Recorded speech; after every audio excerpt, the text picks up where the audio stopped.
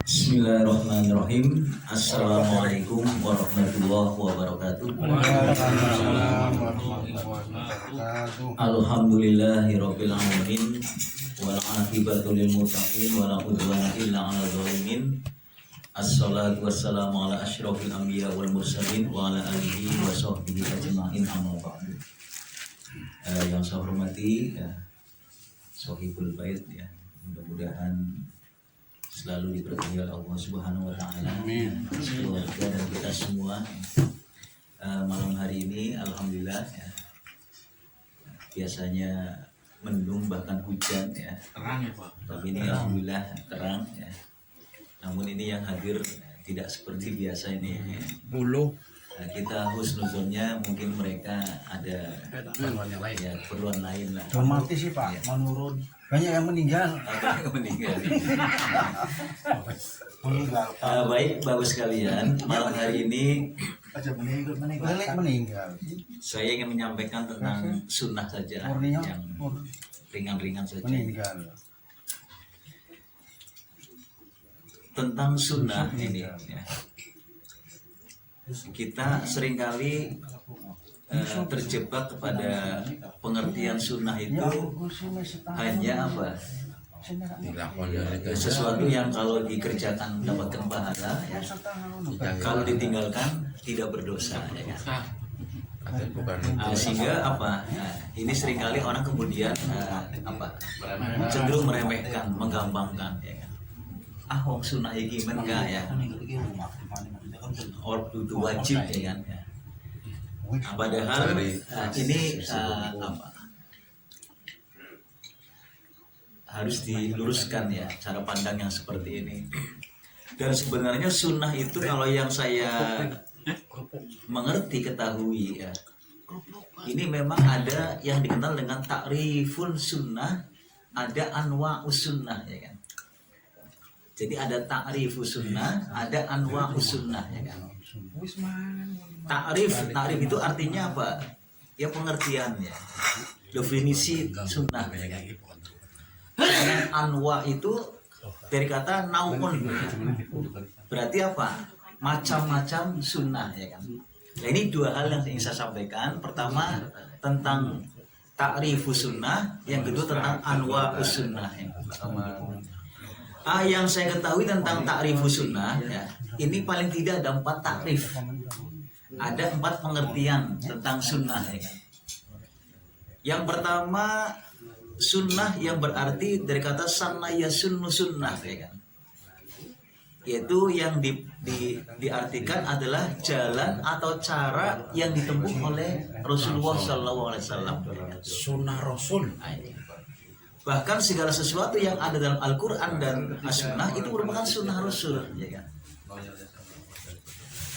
Nah ini kalau kita merujuk kepada satu hadis Nabi ya, itu ada Nabi pernah mengatakan faman roghiba an sunnati falaisa minni ya. Nah ini biasanya kita dengar itu di acara apa? Nikah ya, walimah ya. An nikahu sunnati faman roghiba an sunnati falaisa minni ya. Nikah itu adalah sunnahku ya. Sunnah di situ adalah pengertiannya cara atau jalan ya, yang ditempuh untuk membangun rumah tangga ya, itu. Jadi nikah itu merupakan salah satu jalan cara yang ditempuh Rasulullah dalam rangka membangun rumah tangga ya. Maka faman roghiba an sunnati ya, barang siapa yang menolak sunnahku ya kan, cara jalanku untuk membangun rumah tangga itu dan nikah itu, barang siapa yang menolak sunnahku maka falaisa minni ya kan. Maka bukan termasuk apa? Umatku, golonganku atau bagianku. Nah ini kalau saya pernah baca di beberapa buku hadis ya terkait dengan hadis ini ya, saya pernah mencoba mencari ini asbabul wurudnya sebenarnya apa. Sampai-sampai Nabi mengatakan hal demikian ya kan. Ternyata di dalam asbabul wurud tentang hadis itu ya, ini ada beberapa sahabat Nabi ya ya katakanlah 3 orang sahabat Nabi yang datang kepada istri-istri Nabi melakukan riset. Riset apa? Tentang ibadahnya Nabi. Bagaimana sebenarnya ibadah Nabi itu, ya kan? Kemudian 3 sahabat Nabi ini tanya kepada para istri-istri Nabi, bagaimana sih ibadahnya Nabi sebenarnya, ya kan? Tentu dengan maksud apa? Dengan tujuan apa? Ingin mengetahui bagaimana ibadahnya Nabi, kemudian ingin mengikuti jejak Nabi, sehingga apa? Harapannya apa? Dosa-dosanya akan diampuni, baik yang lalu maupun yang akan datang. Tapi ternyata apa? 3 sahabat Nabi ini apa? Ternyata salah tanggap, Pak. Salah tanggap, ya kan? Sahabat Nabi yang pertama mengatakan, oh kalau begitu aku kalau malam tidak akan tidur, pengen sholat semalam suntuk. Ya. Sahabat yang kedua, oh kalau begitu aku ingin puasa terus menerus, di siang hari tidak akan berbuka. Sahabat Nabi yang ketiga, oh kalau begitu aku apa? Akan menjauhi wanita dan tidak akan menikah. Ya kan? Nah, kemudian apa? Ini terdengar oleh Nabi, ya kan? Akhirnya apa? 3 sahabat Nabi ini kemudian dipanggil, diundang oleh Nabi. Kemudian Nabi saat itu mengatakan, ya, ini ahsyakum wa ini atqakum. Sesungguhnya aku ini adalah orang yang paling takut kepada Allah, yang paling takwa kepada Allah, ya kan? Itu Nabi mengatakan seperti itu. Antum yaqulu kaza. Apakah kalian mengatakan ini? Ya. Artinya tadi, ya. Kemudian Rasul mengatakan wallahi inni akhsyakum wa atqakum. Aku adalah orang yang paling takut kepada Allah dan aku adalah orang yang paling takwa kepada Allah, ya. Usolli wa arkud, ya. Jadi aku kalau malam sholat tapi juga tidur, ya kan? Artinya tidak sholat terus sepanjang malam, tapi juga tidur. Ada saatnya tidur, ya kan? Kemudian asumu wa uftir, aku juga berpuasa, ya kan? Tapi uftir juga berbuka, tidak puasa terus tanpa berbuka, ya kan? Kemudian yang satunya apa? Wa atazawwajun nisa, dan aku juga menikahi wanita. Jadi bojone Nabi pira, Pak? 9. Sangat apa 11 apa 12, ya kan? 9. Kalau pernah saya baca itu ada 12 ya. Tapi ada waktu 9 dan sebagainya. Nah ini sebenarnya Nabi menikahi banyak wanita itu sebenarnya alasannya apa, Pak? Faktornya apa, ya kan? Wahyu enggak? Nah ini kalau saya pernah baca ada 3 alasan, Pak. Ada 3 faktor. Pertama alasan sosial, ya kan? Karena apa? Hampir sebagian besar yang dinikahi itu adalah wanita-wanita yang janda, Pak. Yang ditinggal oleh para apa? Mujahid pada perang Uhud dan sebagainya. Yang anak-anaknya juga banyak, ya kan? Ya, ini sebagian besar. Jadi ingin mengayomi, ya, para janda, ya, yang ditinggal suaminya karena tadi ya, perang Uhud, ya, dan punya anak yang banyak, ya kan? Itu diantaranya itu. Yang kedua tadi karena apa? Wahyu. Alasan faktor transendental ilahiyah, karena ada wahyu. Jadi ketika Nabi menikahi Aisyah itu karena ada turun wahyu, berdasarkan wahyu, ya kan? Kemudian yang ketiga alasan politik, Pak. Karena apa? Di antara beberapa istri Nabi itu ada yang namanya Juwairiyah, ya kan? Juwairiyah itu adalah tadinya dari bangsa Yahudi, dari Bani Mustalik, ya kan? Nah, kemudian setelah mengalami kekalahan, kemudian dia masuk Islam, kemudian diberi istri oleh Nabi, ya kan? Kemudian bahkan ada namanya apa Mar'ah Al-Qibtiyah. Itu adalah hadiah dari Raja Mesir kepada Nabi karena apa? Nabi telah mengajak raja itu masuk Islam. Akhirnya apa? Diberi hadiah tadi wanita namanya Mariah Al-Qibtiyah, ya kan? Orang Mesir. Nah, ini ada 3 alasan yang saya pahami itu, ya kan? Nah, kembali lagi tadi tentang nikah, ya. Berarti nikah itu adalah yang dimaksud sunnah itu adalah jalan atau cara yang ditempuh oleh Nabi. Maka nikah itu adalah jalan atau cara yang ditempuh Nabi dalam rangka membangun rumah tangga. Ya kan? Makanya Nabi itu apa?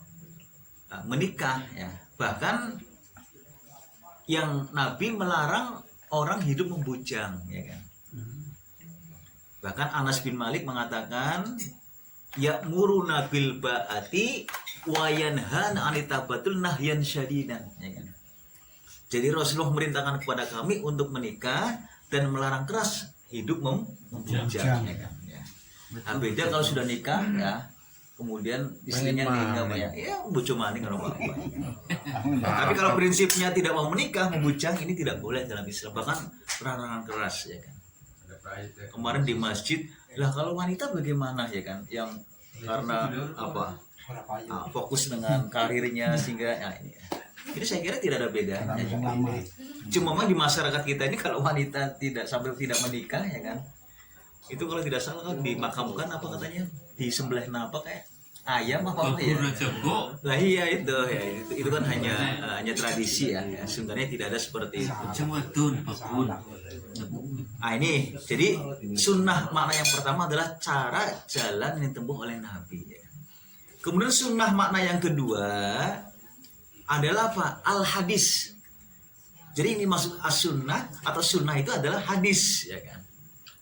Jadi kalau kita kaitkan dengan hadis Nabi yang mengatakan taraktu fikum amroin inistasaqtum bihima lam tadillu abadan kitabullah wa sunnata rasulihi. Ya, jadi aku tinggalkan amroin, ya, 2 perkara, ya. 2 hal yang harus dipedomani.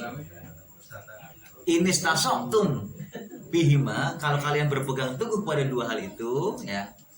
Kitabullah yaitu Al-Qur'an, wa sunnata rasuli yaitu al-hadis, maka lang tadilu abadan, tidak akan mengalami kesesatan dalam hidup. Maka as-sunnah di situ maknanya al-hadis.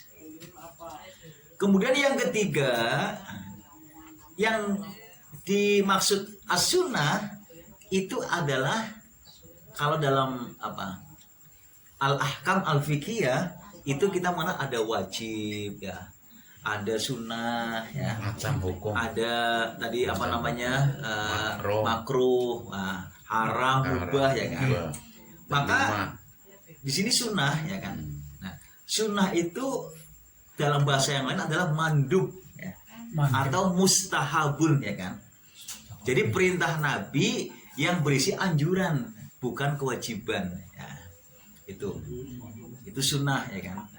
Maka di situ bisa kemudian dimengerti sesuatu yang kalau dikerjakan mendapatkan pahala, kalau ditinggalkan tidak berdosa, ya. Namun demikian ini ada apa? Mindset apa ya? Cara pandang, ya, masyarakat kita yang menggampangkan, memudahkan, ya, sunnah itu, ya kan. Karena dianggapnya karena sunnah, ya, tidak dikerjakan tidak apa-apa, sehingga apa? Orang cenderung menggampangkan, meremehkan, ya. Padahal dalam Islam itu, ya, yang kita ketahui, ya, antara yang sunnah dengan yang wajib itu banyak mana, Pak? Ya. Yang sunnah dengan yang wajib banyak yang mana? Banyak yang sunnah, ya kan. Contoh sholat, ya kan. Sholat itu yang wajib Cuma 5. ada berapa, Pak? Sholat 5 waktu. Yang kedua sholat Jumat bagi laki-laki, ya kan. Itu kan hanya 2, Pak. Adapun yang sunnah kan banyak, Pak, ya kan. Ya, 15. Ada sunnah yang dimaksud sunnah rawatib, ya kan, yang mengiringi sholat fardu, ya. Ada yang disebut sunnah rawatib, ya, yang bukan mengiringi sholat fardu seperti sholat tahajud, duha dan sebagainya. Nah, berarti lebih banyak sunnahnya daripada yang wajib. Puasa yang wajib ada berapa, Pak? 1. Yang wajib Maksudnya Ramadan. puasa Ramadan. Yang kedua puasa apa? kafaroh ya Pak. Kafarat. Kafaroh tuh ya. Wajib. Denda. Denda karena berhubungan badan Pelanggaran. di siang hari ketika Ramadan, maka apa? Syahro ini mutatabi'ah ini 2 bulan berturut. Itu kan kafar itu wajib Pak, ya kan? Kemudian puasa nazar, ya kan? Ini nazar itu anak asuma ya. Ini juga wajib, ya kan? Kemudian apa lagi? Mengganti puasa Ramadan karena ada uzur ya. Itu juga wajib. Termasuk ketika haji atau umroh. Iya. Karena tidak Banyak. mau bayar dam ya, Haji tamat. melanggar larangan ihram atau mungkin karena haji tamattu pilihan ya, maka kan opsinya boleh memilih Pak. Dengan apa? Dengan puasa. Kalau nggak mau nyembelih hewan, maka gantinya adalah puasa. Salah satu ayam min fil hajj wa sab'atin idza raja'tum. 3 hari di tanah suci, 7 hari di tanah air. Dan pilihan yang lain kalau tidak puasa adalah apa? Sedekah kepada 6 orang miskin. Setiap orang miskin adalah 1 mud, 1,7 liter. Nah, ini kan ada berapa tadi Pak? Ada 4 atau 5 yang wajib. Sementara yang sunnah itu banyak sekali Pak, ya kan? Yang sunnah lebih banyak daripada yang wajib. Maka sebenarnya kalau saya baca di beberapa hadis ya, ini barangkali untuk menspirit kita agar tidak meremehkan menggampangkan amalan sunnah. Karena saya kutip satu hadis, fadlu amali sunnah ya. Keutamaan amal-amal sunnah ya. Yang pertama ada hadis ya di sini. Ma yazalu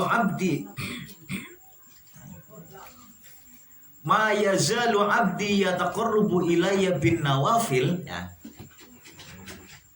Kalau ada di antara hambaku yang mendekatkan takarrub kepadaku dengan amalan sunnah ya, hatta uhibbahu, maka apa? Uhibba, maka dia akan dicintai oleh aku. Aku akan mencintainya. Berarti orang yang mengamalkan amalan sunnah akan dicintai oleh Allah. Fa akunu sam'ahu alladhi yasma'u bihi, wa basaru alladhi yubsiru bihi, wa lisanu alladhi yuntiqu bihi, wa qalbu alladhi yaqilu bihi. Nah, di sini ada kata-kata fa akunu sam'ahu, fa akunu basarahu, fa akunu lisanahu ya, fa akunu qalbahu ya. Lihat di sini menunjukkan apa? Allah akan senantiasa membimbing ya. Jadi orang yang selalu mengamalkan sunnah itu akan mendapatkan bimbingan langsung dari Allah Pak. Pendengarannya, penglihatannya, pikirannya, hatinya itu akan selalu dibimbing oleh Allah, di bawah petunjuk Allah. Kemudian ada fa'idha da'ani ahbabtuhu. Kalau berdoa kepadaku, ajibtuhu, akan aku ijabahi ya kan.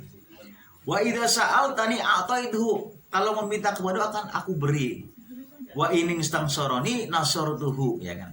Kalau dia meminta kepada pertemuan aku akan aku tolong ya kan. Wa habu ma'ata abadani abdi bi an-nushuli ya. Ini hadis riwayat Tabrani ya kan.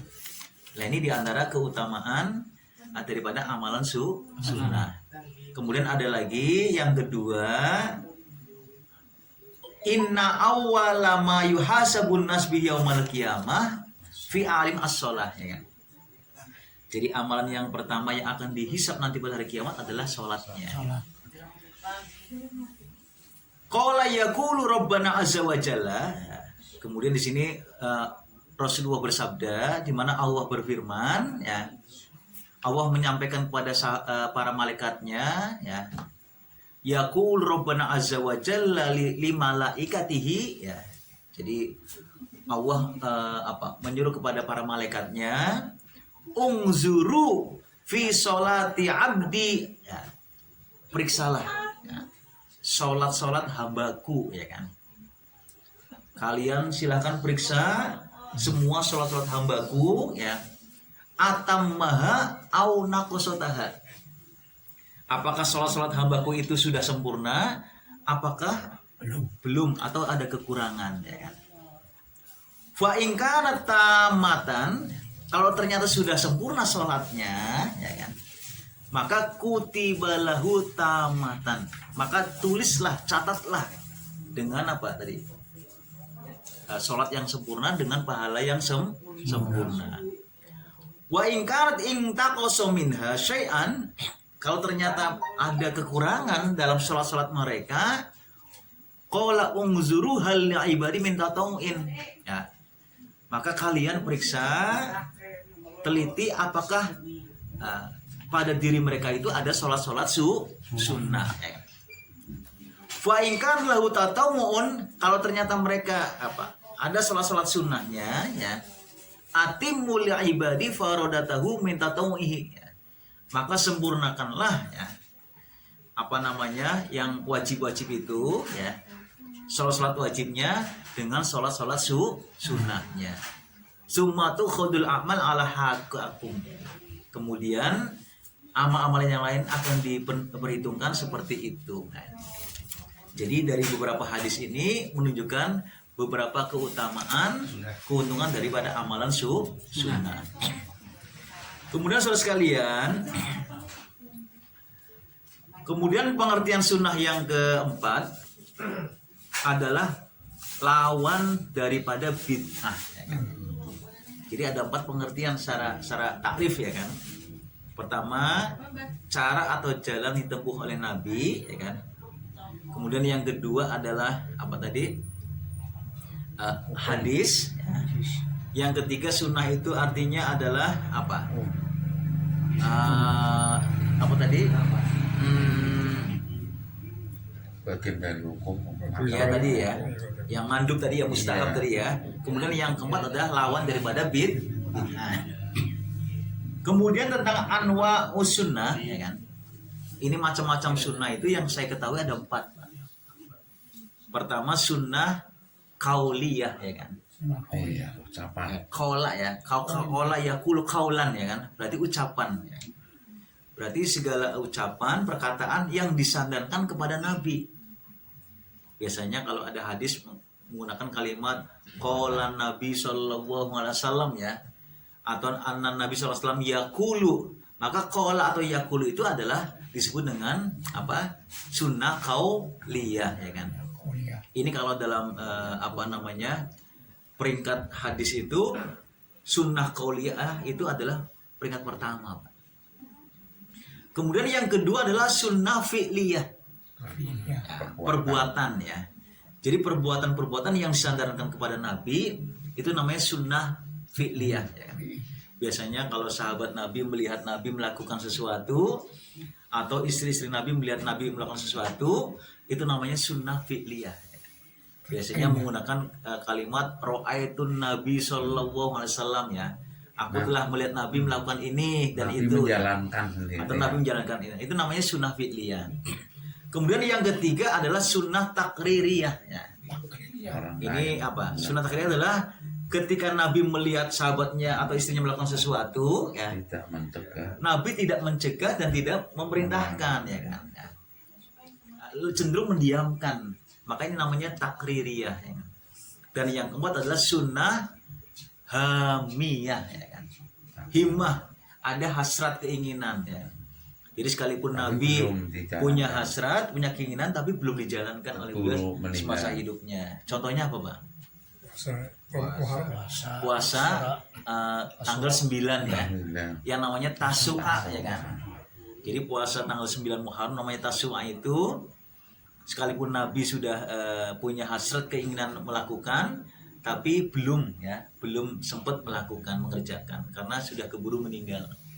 Itu kalau tidak salah hadisnya, idza kana al-amul muqbil sumna insyaallah fil yaumit tasi, ya. Jadi kalau nanti umurku sampai pada tahun-tahun berikutnya, maka aku akan berpuasa tanggal 9. Tapi beliau sudah keburu meninggal, ya. Tapi kalau walaupun demikian, kita umatnya boleh, ya, mengerjakan puasa tanggal 9. Apalagi ada hadis yang beliau sampaikan, sumu yauman qablahu au yauman ba'dahu, ya. berpuasalah satu hari sebelumnya atau satu hari sesudahnya ya. Berarti ini kalau tanggal 9 tidak bisa ya, berarti 9-10 atau 10-11 ya kan. Kalau tanggal 9-nya tidak bisa, maka bisa diganti tanggal 11-nya. Tujuannya apa? Sebagaimana hadis fakhaliful yahud. Nah, supaya apa? Nah, ini menyelisihi orang-orang Yahudi yang hanya berpuasa tanggal 10 atau 10 Muharram gitu. Ini namanya sunnah hamiyah ya kan. Bulannya Muharram ya. Bulannya Muharram ya kan. Ya, belum. Memang kalau saya baca di buku-buku fikih ya, ada yang mengklasifikasikan puasa Muharram menjadi 3, Pak. Kualifikasi pertama, tingkat pertama yang 3 hari ya kan. 9, 10 dan 11 ya kan. Kemudian klasifikasi yang kedua, tingkatan yang kedua adalah yang 2 hari. 9, 10 atau 10, 11. Dan tingkatan yang ketiga adalah yang 1 hari. Cuma kita biasanya mengerjakan yang 2 hari ya Pak ya. Tanggal 9 dan tanggal 10. Berarti 1 hari saja boleh ya. 1 hari saja boleh ya kan. Karena Tanggal itu 10. ya tanggal 10 karena itu Nabi melakukan seperti itu. Tapi memang kalau saya baca di beberapa buku fikih ya, termasuk bahkan Syekh Utsaimin kalau tidak salah, Syekh bin Bas itu malah memakruhkan kalau hanya 1 hari tanggal 10 ya kan. Makanya kalau tanggal 9 tidak bisa, maka diganti tanggal 11-nya. Karena ada hadis fakhaliful yahud ya kan itu. Kemudian saudara sekalian, ada beberapa perbuatan Nabi ya, yang ternyata tidak boleh diikuti oleh umatnya ya kan. Contohnya apa Pak? Perbuatan Nabi tapi tidak boleh diikuti oleh umatnya ya kan? Nikah lebih dari 4. Nikah lebih dari 4 ya kan. Itu khususon ya, khususiyah lin Nabi ya kan. Bahkan kalau tidak salah puasa wisol ya, Nabi juga pernah mengerjakan puasa wisol. Berarti puasa yang nyambung Pak. Jadi tidak berbuka, puasa terus ya tanpa Siang sampai malam tuh. Iya ya. Ini ada puasa wisol, tapi itu dilakukan Nabi tapi tidak hanya beberapa. Ini kemudian ada yang wajib bagi Nabi tapi sunnah bagi umatnya ya kan. Kira-kira apa nih? Yang wajib bagi Nabi tapi sunnah bagi umatnya. Tahajud ya. Tahajud itu kalau bagi Nabi itu wajib ya kan? Apalagi ada surat berapa itu ya, ada Asra. ya. Kemudian yang kedua bersiwak ya. Bersiwak bagi Nabi itu wajib tapi bagi umatnya sunnah. Yang ketiga adalah kurban Pak. Kurban itu bagi Nabi wajib tapi bagi umatnya sunnah. Kemudian ada yang haram bagi Nabi tapi boleh bagi umatnya ya kan? Bagi Nabi haram tapi bagi umatnya adalah boleh. Contohnya apa? Zakat. Zakatnya. Nabi dan ahlu baitnya tidak boleh menerima zakat. Kemudian yang kedua ini menikahi wanita ahlul kitab ya. Jadi Nabi dan ahli bait tidak boleh, tapi sekarang sudah terkontaminasi Pak ya. Wanita ahli kitab ya. Ini berbeda ketika dulu pada zaman Nabi, yang dimaksud dengan ahlul kitab pada zaman Nabi. Sekarang sudah berbeda ya. Itu tidak ada sekarang ya. Sudah tidak ada karena sudah terkontaminasi ya kan. Iya, sudah ada ya perubahan-perubahan ya kan. Nah ini kemudian saudara sekalian masih ada waktu Pak. Masih ada ya. Nah ini yang masalah bid'ah ini ya. Tadi saya sempat buka di tanya jawab agama jilid berapa ini? Bid'ah hasanah. Ya, bid'ah hasanah, bid'ah dolalah ya kan. Tidak lah, bisa hasanah ya. Nah ini saya tadi sempat buka di jilid 3 dan jilid 6 ya, tanya jawab agama ya kan. Saya langsung saja ke pokok masalah ya. Di sini ada disebutkan tentang bacaan Yasin ya bagi orang yang sudah meninggal ya kan. Ini ada ditanya jawab jilid 6 halaman 128 129 ya kan. Nah ini ada hadis ya, ikra'u Yasin ala mautakum ya kan. Gak usah pakai mic ya, bukan kerung mana-mana ya. Iqra'u Yasin ala mautakum ya. Bacalah Yasin atas orang yang meninggal dunia ya. Nah, ini ternyata dari sisi kualitas hadis ada beberapa ulama di sini ahli hadis mengatakan Ibnu Hibban menganggapnya hadisnya sahih ya kan. Kemudian Al-Qattani menganggap hadisnya cacat. Imam Ad-Daruqutni menganggapnya hadisnya lemah ya kan. Nah, kemudian Ibnu Hibban yang mensahihkan hadis tersebut bahwa lafadz mautakum itu adalah bersifat majasi. Bukan hakiki tapi majasi ya kan. Jadi mautakum itu bukan orang yang sudah meninggal dunia. Tapi orang yang akan sedang mengalami sakarut ya, sebelum meninggal. Bukan orang yang sudah meninggal dunia. Ini menurut Ibnu Hibban, kata-kata mautakum di situ bersifat majasi, bukan hakiki. Adapun menurut ulama yang lain, mautakum itu bermakna hakiki, berarti orang yang sudah meninggal.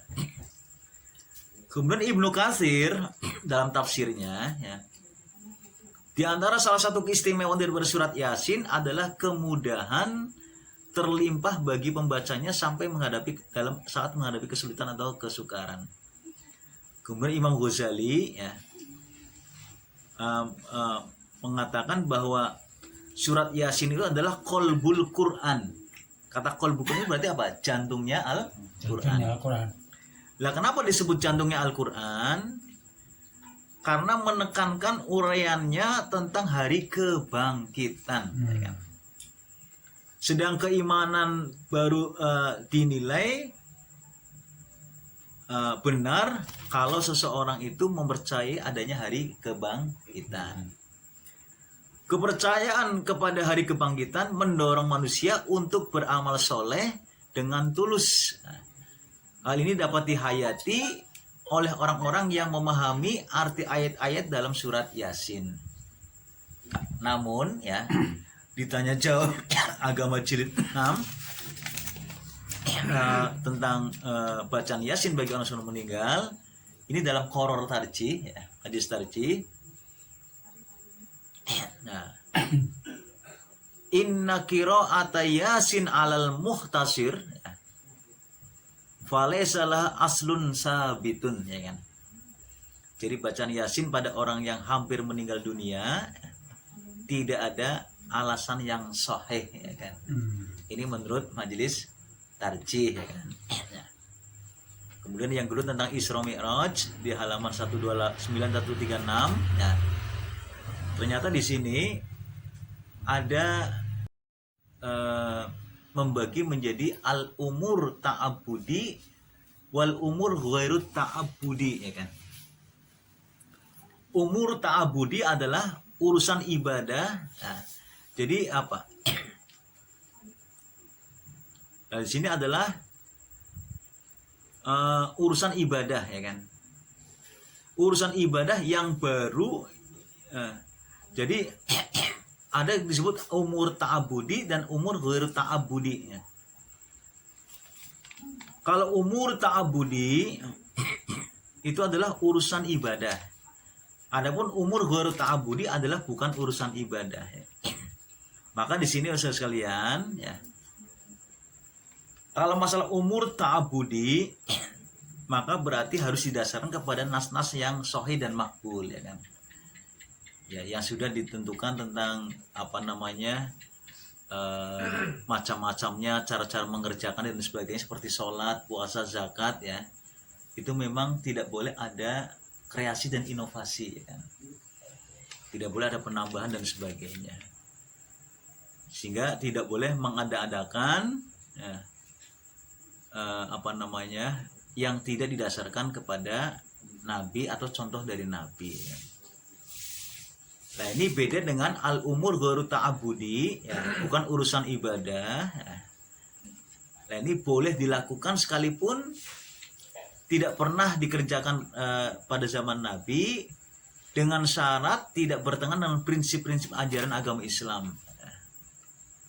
Maka di sini yang menarik bagi saya ini termasuk peristiwa Isra Mi'raj itu jika memang kegiatan itu dilakukan umat Islam, kegiatan yang dilakukan umat Islam sepeninggal Nabi ya, berarti pada zaman Nabi SAW itu tidak ada Pak ya kan? Jadi belum ada kegiatan tersebut ya.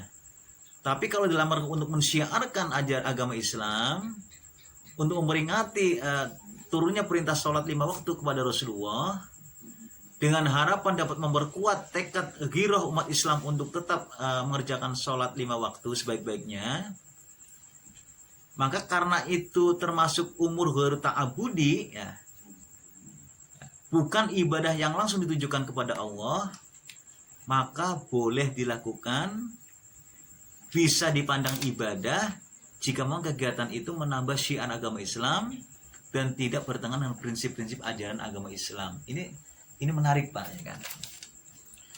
Kita pernah nggak mengadakan Isra Mi'raj Pak ya kan? Tapi kalau dalam tarjih nampaknya ini ya selama tidak bertentangan prinsip agama Islam boleh Pak ya kan. Iya, sekalipun karena ini termasuk perkara al-umur ghairu ta'abudi ya. Bukan umur ta'abudi ya kan ya. Kita tahu tentang kita tahu kematian. Ya. Jadi itu termasuk al-umur ghairu ta'abudi ya kan. Kemudian kalau tahlilan ya, ini saya baca di halaman 36 38 ya. Memang harus dibaca antara tahlil dan tahlilan ya Pak ya. Kalau tahlil itu cenderung yang membaca kalimat la ilaha illallah ya. Kalau ada lan itu kan cenderung pada upacara ya, ritual ya ini. Yang berkaitan dengan 7 hari ya, 40 hari, 100 hari dari kematian seorang ya. Maka dulu pada zaman Nabi ya, jadi ada orang-orang ya yang tadinya dari Yahudi kemudian masuk Islam ya, kemudian minta izin kepada Nabi agar bisa mengadakan apa yang dulu pernah dilakukan ya kan, seperti yaitu beribadah pada hari Sabtu ya kan, yang mana dulu pernah dilakukan oleh orang Yahudi itu sebelum masuk Islam ya kan. Maka Nabi melarangnya ya kan, Nabi tidak mengizinkan. Kemudian Mauludan ya, ini memang kalau saya baca di Tanya Jawab Agama Jilid 6 ini ya, memang lebih kontennya itu lebih berisi pada pujian yang berlebih-lebihan ya kan. Padahal Nabi sendiri mengatakan la tutruni kama atrotin nasra Isa bin Maryam faqulu ana abduhu wa rasuluh ya kan. Janganlah kalian memujiku berlebih-lebihan ya kan, atau mengkultuskanku ya kan, seperti orang-orang Nasrani mengkultuskan Nabi Isa ya. Maka faqulu, katakanlah ana abduhu wa rasulullah, katakanlah bahwa aku ini adalah hanya hamba Allah dan Rasulullah ya kan. Kemudian orang yang dianjurkan berdiri dan digambarkan, dihayalkan pada saat itu Nabi hadir di tengah-tengah mereka ya kan. Ini sesungguhnya adalah paham yang tidak berdasar, karena ketika Nabi masih hidup ya, kalau beliau hadir di majelis-majelis ya, beliau itu melarang ya, para sahabatnya berdiri menghormatinya ya kan. Beliau adalah nabi, bukan raja yang dipuji-puji berlebih-lebihan ya.